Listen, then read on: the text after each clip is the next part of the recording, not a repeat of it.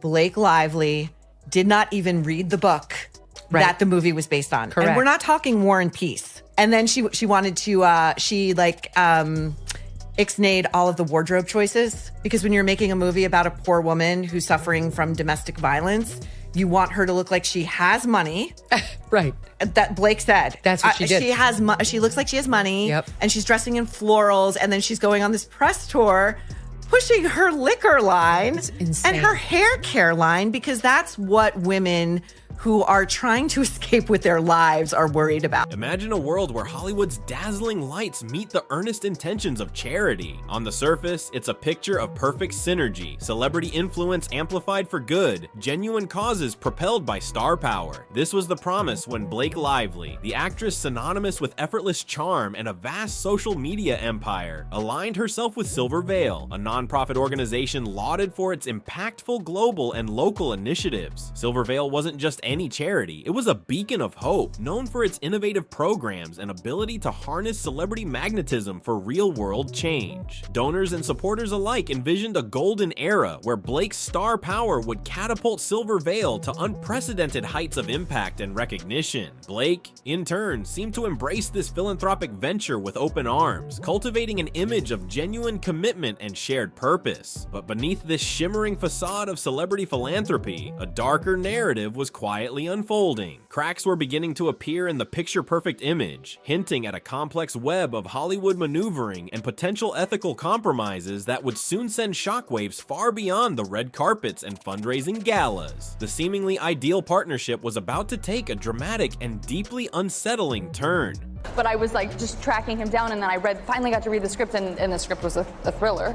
So that was a little confusing to me because he's like such a funny director. Yeah. And so I said, what is this? Because the script is definitely like a twisting, turning, intense thriller. Is it a comedy or a thriller? And he said, yes.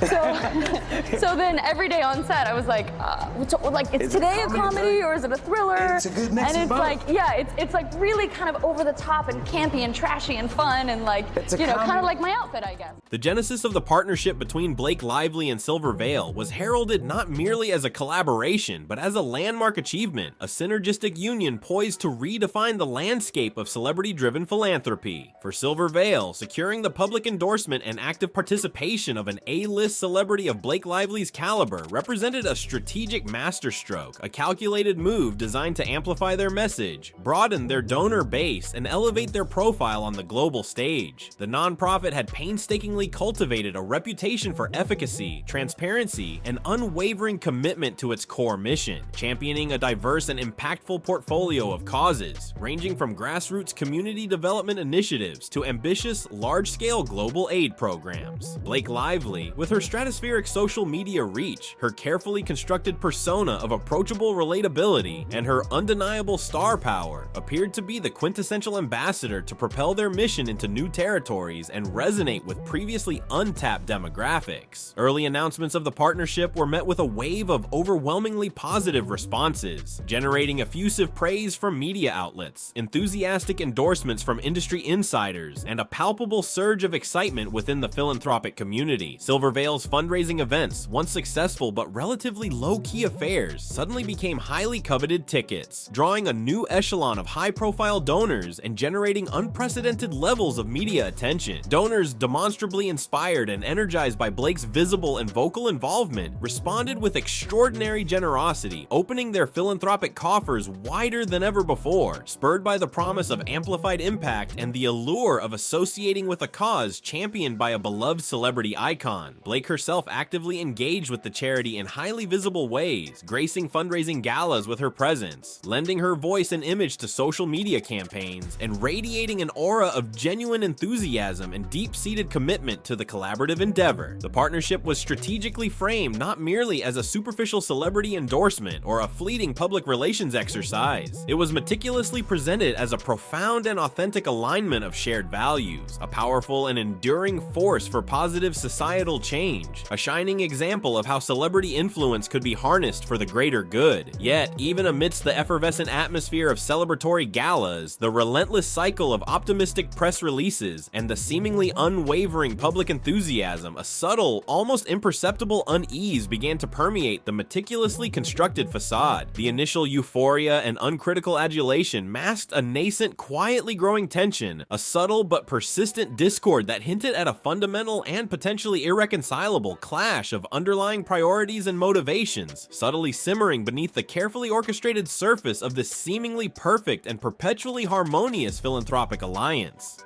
It's a bit of a tough adjustment in our house, but it's good. I mean, I have two other daughters, so my oldest is very into the baby, but my middle child, not so much. But we're thinking of keeping her.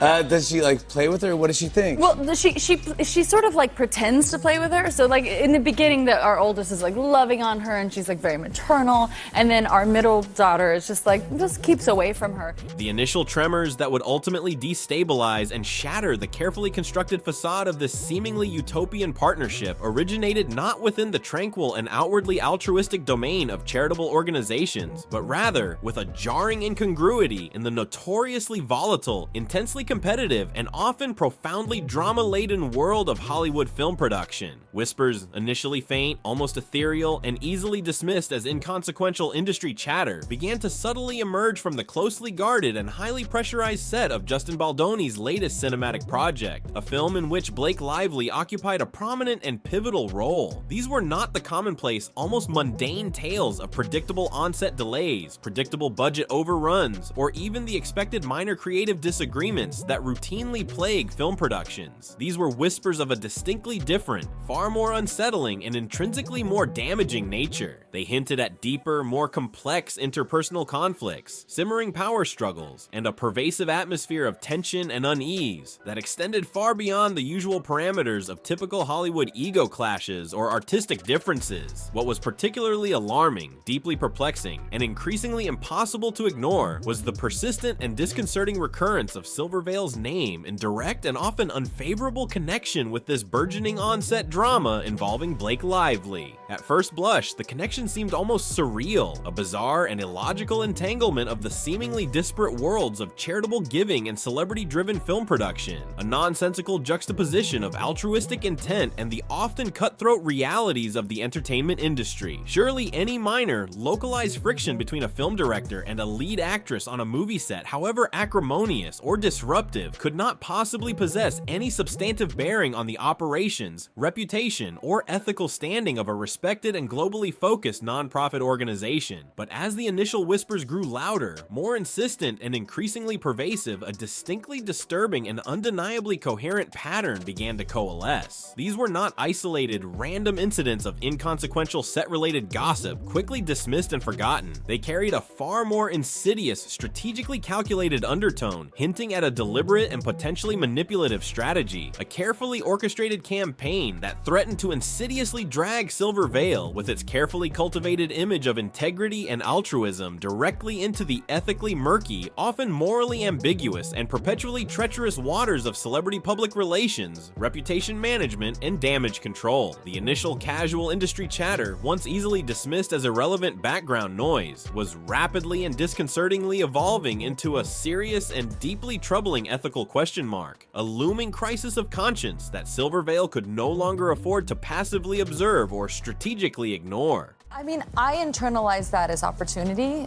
We had such a responsibility to this audience to deliver something and to have the opportunity to deliver something for a passionate group of people. Yes. As someone who is so deeply passionate myself, I was so excited about that. I would so much rather have that than people who are indifferent. Blase. The ethereal whispers and unsubstantiated rumors soon began to solidify into something far more tangible, far more concrete, and infinitely more damning, irrefutable documentary evidence presented in the form of leaked internal emails, private messages, and confidential organizational communications. These leaked documents, meticulously analyzed and widely disseminated, collectively revealed a calculated, deeply troubling, and ethically questionable strategy, allegedly conceived and meticulously orchestrated by Blake Lively's inner circle and potentially endorsed or at least tacitly condoned by figures within Silver Veil's leadership structure. The emails and messages in question suggested with increasing clarity and disturbing specificity that Blake Lively had directly or through a network of intermediaries and public relations operatives approached key representatives within Silver Veil's organizational hierarchy with a series of audacious requests that demonstrably transcended the conventionally accepted and ethically sound parameters of typical celebrity-charity partnerships.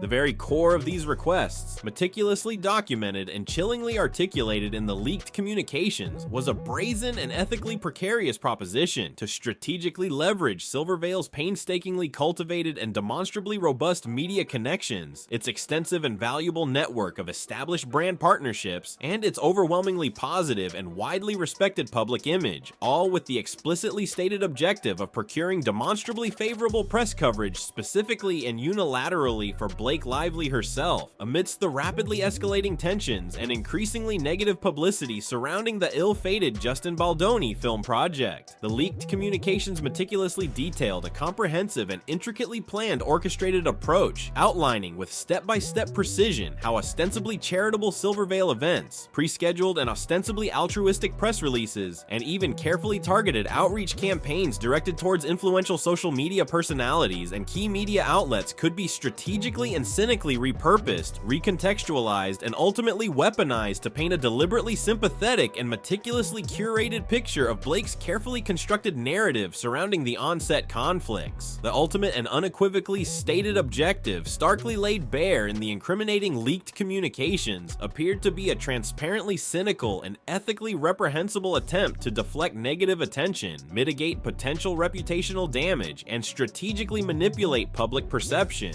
all while leveraging the resources and moral authority of an ostensibly altruistic charitable organization. This was not merely a case of proactive public relations management, nor was it simply an instance of strategically navigating potentially negative media narratives. It was a calculated, deliberate, and profoundly unethical attempt to cynically weaponize a respected charitable organization to exploit its hard-earned resources, its unimpeachable reputation, and its inherent moral authority as a protective shield, a PR smokescreen, and a strategic bulwark against the potentially damaging fallout of negative press and the erosion of Blake Lively's carefully cultivated personal brand. The once seemingly impenetrable and ethically sound wall meticulously separating genuine philanthropic endeavors from the often cynical machinations of Hollywood reputation management was not merely showing cracks or signs of stress. It was demonstrably and systematically crumbling, brick by ethical brick, revealing a potentially devastating chasm of compromised integrity and profoundly damaged trust. Always tease each other. He was,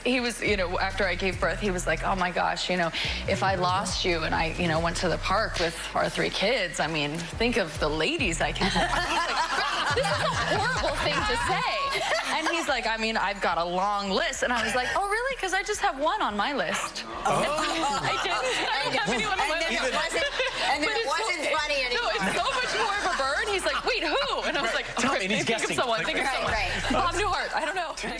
The cumulative weight of the mounting revelations contained within the leaked emails, coupled with the increasingly undeniable implications of the strategically deployed internal communications, sent a palpable jolt of near panic through the highest echelons of Silver Veil's organizational leadership. The esteemed board of directors, a body solemnly entrusted with the sacred responsibility of safeguarding the nonprofit's core mission, upholding its unblemished reputation, and meticulously preserving its ethical integrity, found themselves abruptly and unexpectedly confronted with a crisis of unprecedented magnitude, a reputational maelstrom of potentially catastrophic proportions. Silver Veil was demonstrably not just another celebrity-endorsed charity operating on the periphery of the philanthropic landscape. It was a deeply established, widely respected, and demonstrably impactful organization, fundamentally rooted in the foundational principles of unwavering public trust, demonstrable authenticity, and rigorously enforced transparent communication. These were not merely abstract aspirational values espoused in mission statements and annual reports. They were the very bedrock, the indispensable cornerstones upon which Silver Veil's long-term success, its unimpeachable credibility, and its enduring connection with its donors and beneficiaries were meticulously constructed and diligently maintained. The board members, seasoned professionals with decades of collective experience experience navigating complex ethical dilemmas and managing high-stakes reputational risks, understood with chilling clarity and growing unease the exceptionally delicate balance they were tasked with maintaining, a precarious equilibrium predicated on the unwavering faith of their donors, the tireless dedication of their volunteers, and the unwavering trust of the wider community who had, for years, placed their implicit faith in Silvervale's inherent integrity and unequivocally altruistic mission. They had successfully weathered various financial storms, navigated unpredictable economic downturns, and overcome numerous logistical challenges in the past, consistently relying on the founders' astute business acumen, their demonstrably strong leadership, and the unwavering loyalty of their deeply committed and demonstrably generous donor base. But this unfolding scandal, unlike any previous challenge they had confronted, was fundamentally different in its insidious nature, its potentially far-reaching consequences, and its direct assault on the very ethical foundations of the organization. The potential fallout from demonstrably manipulative PR tactics, if irrefutably substantiated and publicly exposed, was not merely immense in scope. It was potentially organization-ending, reputation-annihilating, and fundamentally corrosive to the very core of Silvervale's hard-earned public trust. An immediate, comprehensive, and demonstrably independent internal investigation was swiftly and decisively launched, spearheaded by the most senior, ethically unimpeachable, and demonstrably impartial members of the board. The founders, initially exhibiting defensiveness, understandable denial, and perhaps a degree of strategic obfuscation, were placed under intense and unrelenting pressure to provide comprehensive explanations, to fully account for the incriminating alleged communications, and to cooperate fully and transparently with the rapidly escalating internal probe. The board, operating with a growing sense of urgency and a palpable atmosphere of crisis management, demanded complete unredacted transparency, needing to meticulously understand the precise and potentially damaging extent of Blake's alleged ethically compromised requests, to thoroughly and impartially determine if Silvervale's valuable resources had been knowingly or unknowingly co-opted for personal gain and strategic reputation management, and to urgently and accurately assess the potential and demonstrably rapidly escalating damage to their painstakingly cultivated public image, their demonstrably fragile donor confidence, and their long-term viability as a respected and ethically grounded philanthropic organization. As Silvervale's internal investigation intensified, rapidly evolving into a full-blown crisis management operation, and as the organization desperately attempted to contain the rapidly spreading contagion of scandal and suspicion, an unexpected, utterly unforeseen, and profoundly disruptive seismic event occurred, a bombshell revelation that detonated directly at the epicenter of the unfolding controversy, sending shock waves of disbelief, outrage, and ethical recrimination reverberating not only throughout Hollywood and the closely knit charity world, but also through the broader spheres of public opinion, media scrutiny, and the increasingly unforgiving court of public perception.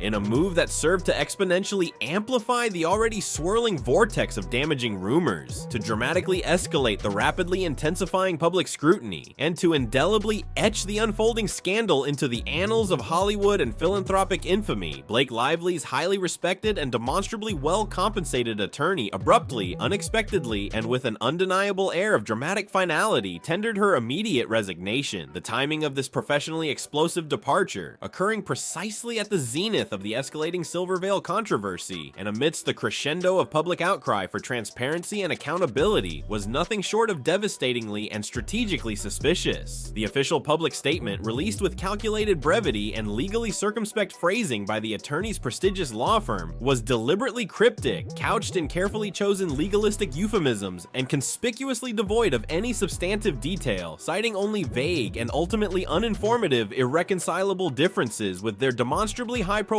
client and the profoundly unsettling and intentionally ambiguous emergence of new information that purportedly rendered continued professional representation ethically untenable. But in the hyper-scrutinized, rumor mill-driven world of celebrity scandal, high-stakes legal battles, and meticulously managed public perception, carefully worded silence often speaks with a deafening volume, and strategically deployed ambiguity can be far more revealing than any explicit accusation. Headlines, both in traditional media outlets outlets and across the sprawling digital landscape erupted with frenzied intensity, dissecting every carefully chosen word of the lawyer's terse statement, scrutinizing every subtle nuance of the professionally crafted language, and analyzing every possible implication of the strategically vague pronouncements. Why the global public clamored to know with an almost insatiable curiosity would a seasoned, highly successful, and demonstrably well-compensated attorney, presumably deeply familiar with the often turbulent and ethically challenging nature of celebrity representation, suddenly and so publicly abandon a client of Blake Lively's established stature, particularly when that client was demonstrably embroiled in such a demonstrably high-profile and rapidly escalating public controversy. Entertainment commentators, seasoned legal analysts, and legions of amateur online sleuths alike immediately and collectively went into overdrive, meticulously dissecting every available facet of the rapidly unfolding situation, dissecting every potential motive, speculating wildly about what explosive secret, what ethically compromising revelation, what potentially illegal or demonstrably unethical conduct could possibly drive such a demonstrably dramatic and professionally risky exit. The immediate, almost visceral, and undeniably most damagingly persuasive conclusion that rapidly solidified and propagated throughout the global public consciousness was that the attorney must have undeniably encountered something profoundly and demonstrably problematic, something so ethically repugnant, so potentially legally precarious, or so fundamentally at odds with her professional code of conduct that it unequivocally crossed a fundamental, non-negotiable professional red line, leaving her with no ethically viable alternative but to sever all professional ties, regardless of the potentially significant personal and professional repercussions, and irrespective of the potentially devastating consequences for her now former client. What the world collectively demanded to know could possibly be so explosive, so morally radioactive, so legally compromising, that a seasoned and demonstrably successful lawyer would willingly and so publicly walk away from a client of Blake Lively's established magnitude and demonstrable influence, especially when that client was demonstrably and deeply embroiled in a rapidly escalating and potentially career-altering public scandal? The answer, a vast and increasingly vocal segment of public opinion now vehemently suspected, lay buried deep within the increasingly urgent and ever-widening scope of Silvervale's internal investigation, and perhaps even more significantly, within the enigmatic and deliberately ambiguous new information that had so thoroughly and demonstrably spooked, profoundly unsettled, and ultimately decisively prompted the dramatic, professionally risky, and undeniably consequential departure of her legal counsel.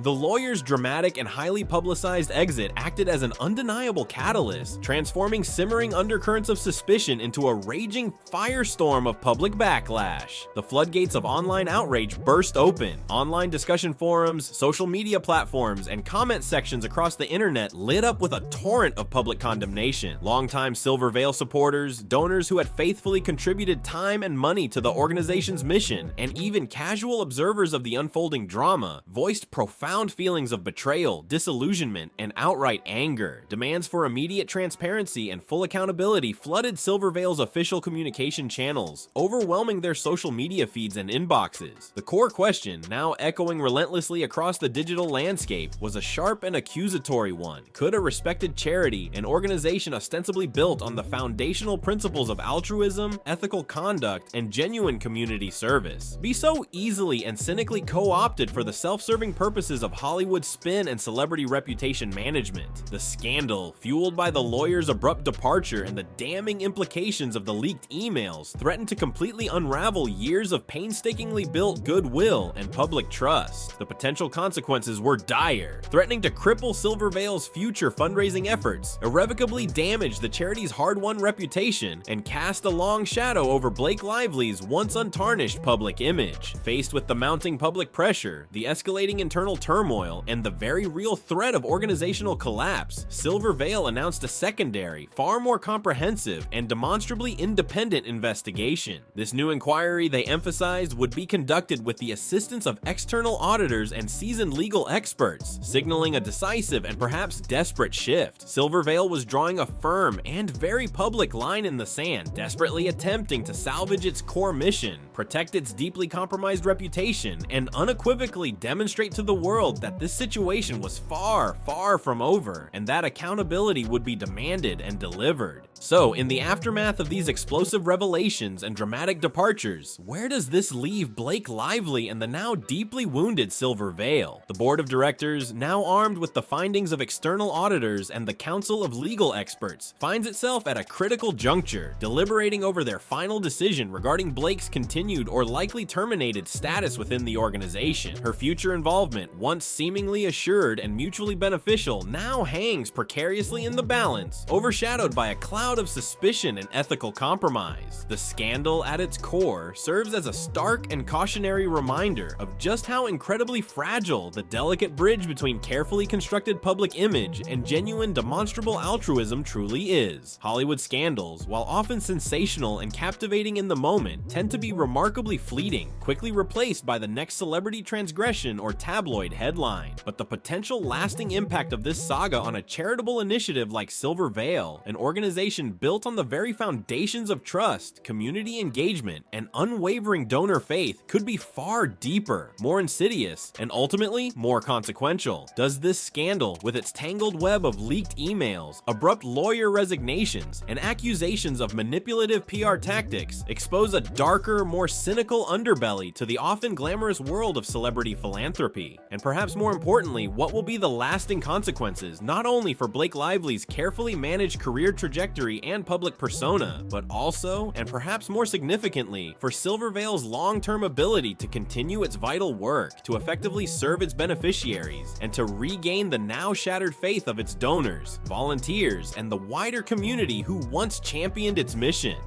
The story of Blake Lively and Silver Veil is far from reaching its final chapter, and the seemingly insignificant resignation of a single attorney, initially dismissed as a minor legal maneuver, might very well prove to be the opening salvo in a much larger, far more complex, and undeniably more consequential narrative. A narrative that will resonate far beyond the glittering confines of Hollywood and force a critical reevaluation of the very nature of celebrity, charity, and the often blurred lines between public image and genuine altruistic intent.